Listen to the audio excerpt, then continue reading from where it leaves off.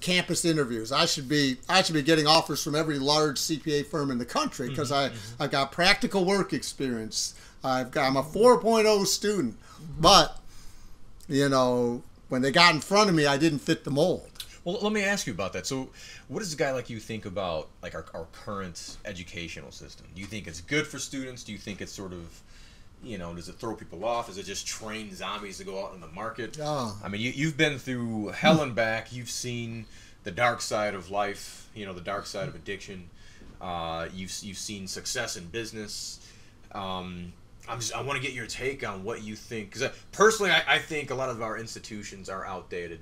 Oh. They're meant for, you know, raising, you know, people to jump into factories. It's a factory-based educational system to get you in line, get you into a program where you shut up, go to work, earn your money, don't ask questions, get some sort of, you know, retirement package, and then boom, that's a decent life. But that's not your really, life is already set for you. Exactly, it's set for you. You're gonna be in a cog in exactly. a wheel. You're a sheep. They're you know, fatten you up to sort of, you know, shave off the wool off your back.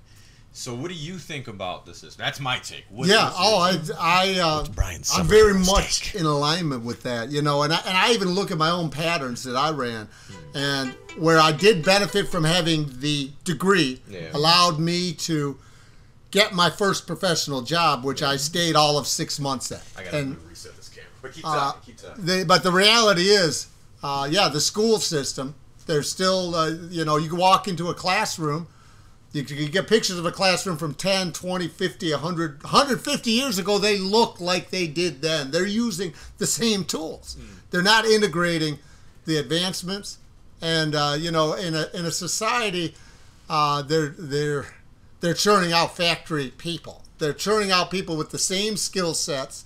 They're testing and developing. Yeah,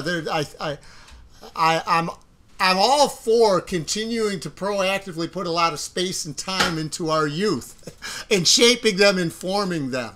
But the rigidity of the program, the rigidity of the teachings, you know, my mom was a public school teacher, and I remember having a lot of long discussions, debates, where I would tell her that her union was one of the biggest plights or blight to our society because they were so entrenched. There was a movie, a documentary, Waiting for Superman, I think it was called. Oh, yeah. It was a couple years back, and it really went into detail on how difficult it is to create any change within to the teachings and the structure and the unionized school teacher, where they literally would take teachers who were so ineffective they had no other solution other than to put them in a break room all day because they couldn't put them in front of teachers and in front of students anymore. But I think it needs to. I think huge change needs to occur. I think some privatization of it. You know, in Michigan we got charters, and I don't know how rigidly they're required to keep on structure. But then again, you know, I think, hey, what we're doing here, where the tools are out here, it still comes down to people. People need to. I think, and I say this to the younger listeners or to parents as guides and influences. We need to get people hungry for education, hungry for learning more, for more awakening. You know, because at the end of the day, we're limiting them during those hours of their school life, but there's, you know, they're seek the streaming TV that we're consuming. We still got a lot of free time that we're not getting on that healthy habit. I know what. It's an audio sync. Okay. Keep going. It's the creativity that's missing. It's you know, whenever they're short on funds, right? Yeah. The first thing they cut is music, or they'll cut, you know, the these arts. extra, the arts. Art isn't worth it, right? And that's where the creativity happens. It's not just about memorizing and regurgitating a bunch of information, right? Because now Google can do that better than any of us. Exactly. No matter how much information we memorize, right? So now what? I mean, now are we gonna keep on like stuffing these kids' heads with all this information? I think one of our biggest problems is that creativity is so undervalued in our society. But you think about what really shapes the advances, what shapes the progress of the human species, of society and specifically, it's our creative ability to find new ways to problem solve. And people almost always, anytime you say creativity, what do you think of? A canvas and an art brush, right? Maybe a camera. And most people say, I'm not creative. Exactly. It's seen as sort of, fringe edge sort of hobby. It's not meant to be taken seriously unless you somehow fit yourself into the niche of whatever creative endeavor. But creativity goes into everything. You can be a creative scientist. You should be a creative scientist, a creative doctor, a creative businessman, because then you're creating new ways. Look at a guy like Elon Musk. And show me a guy like that with the ideas that he cooks up. That's not creativity rolling around that dude. Oh, I mean, he's extremely creative. I mean, look at Albert Einstein. He was creative. He found ways to explore, the fabric of the universe and discover, gravity, and just all sorts of individuals throughout history that show these examples. The best people who bring us forward are creative. No question about it. So it's time we do. And there's always been this debate. Is it STEM or is it STEAM? And I always screw this up. I know STEM is the absence of arts in that, but what is STEM? I know science, mathematics. Technology. Yeah, STEM. Technology. Yeah. Definition of STEM education. STEM defining as an educational world mathematics. I would pull up the one site that's got it listed in 50 paragraphs. All right. What is it? STEM, addition to scientific learning. Science, technology, engineering, and mathematics. Engineering, okay. So then, STEAM is arts. Arts, yeah. Yep. Science, technology, engineering, arts, and mathematics. So and there's a debate. Should it be STEAM? Should they include art in this educational process? It's like, why is that a debate? Of course you should include art. That's the expressive part of the mind. Like, no matter if someone's, more left-leaning in their brain and their thinking, or right-leaning, it's still an important factor. Like, you wouldn't want to take mathematics out of your learning system, right? Of course not. Yeah. So why do we want to take art out of that? That's ridiculous. Someone who's a little too much into mathematics or technology or engineering should be introduced into the artistic side to them. It makes us far more well-rounded. It helps to integrate us into society a lot more. It makes us able to communicate. So I think we definitely need to head in that direction. Absolutely. Well, awareness. I mean, we have no classroom or curriculum on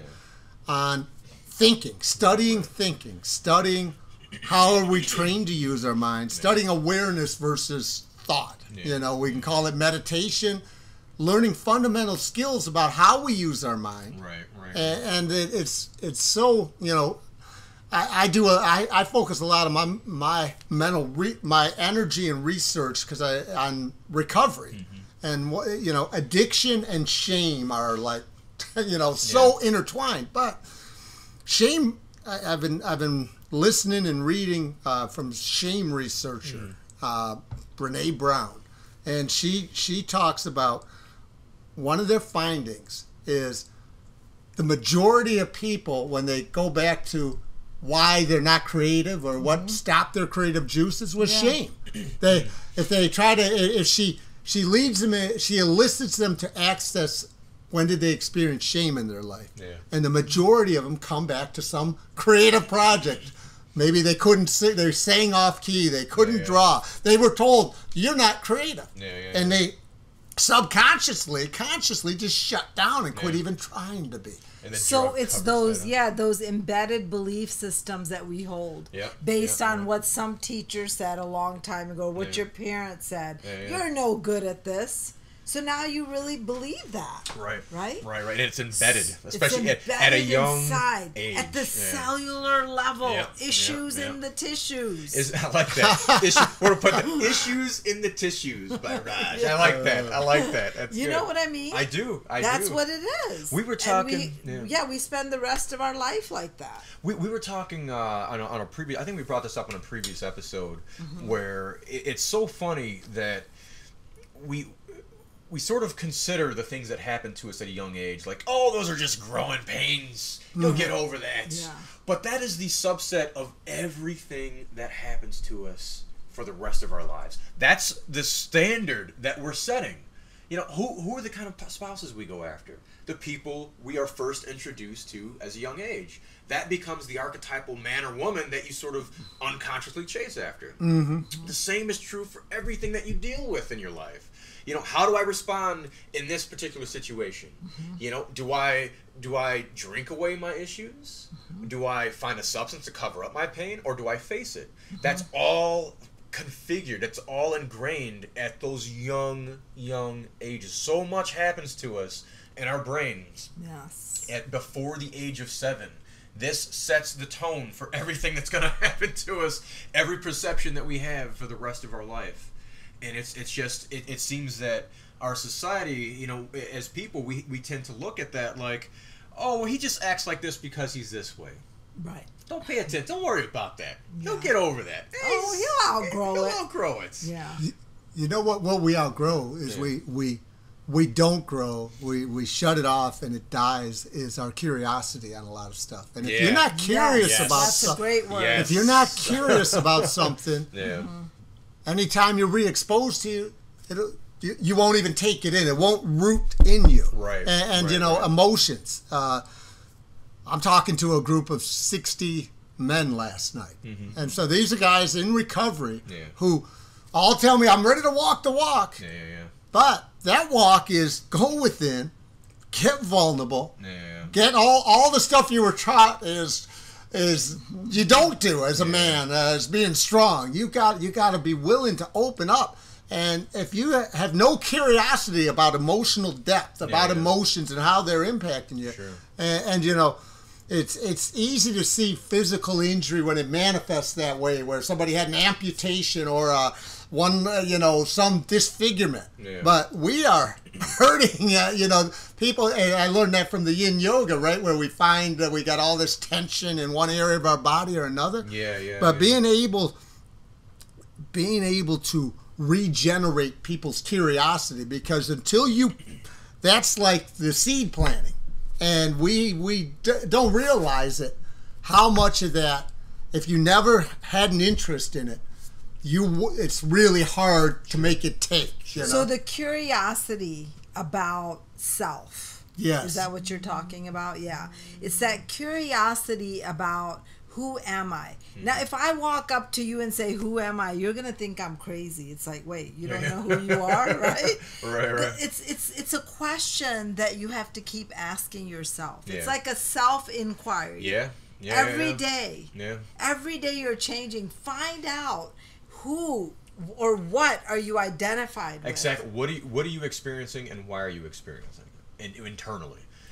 Yeah. No, you're right about that. You know, That's it's an ongoing inquiry. And then here's my question: why isn't this stuff taught in schools?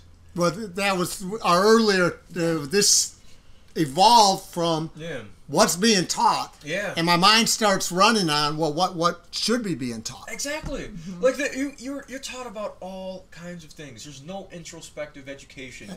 And all the memorization is obsoleted by the technology. Exactly. Google will tell me who I am. Well, why do you think we have so many? It's broadcasted that everyone on these Instagram pages, these influencers, these movie stars, these guys all have perfect lives because they're living the high life.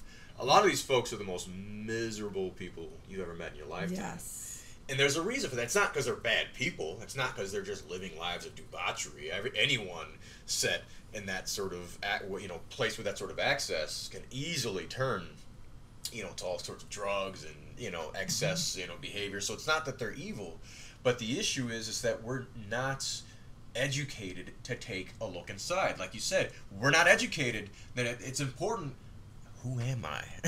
Why do I do what I do? Why do I think what I think? And that's kind of what we do. That's what we do at Easy Awakenings. That's a plug. See, if there is even a little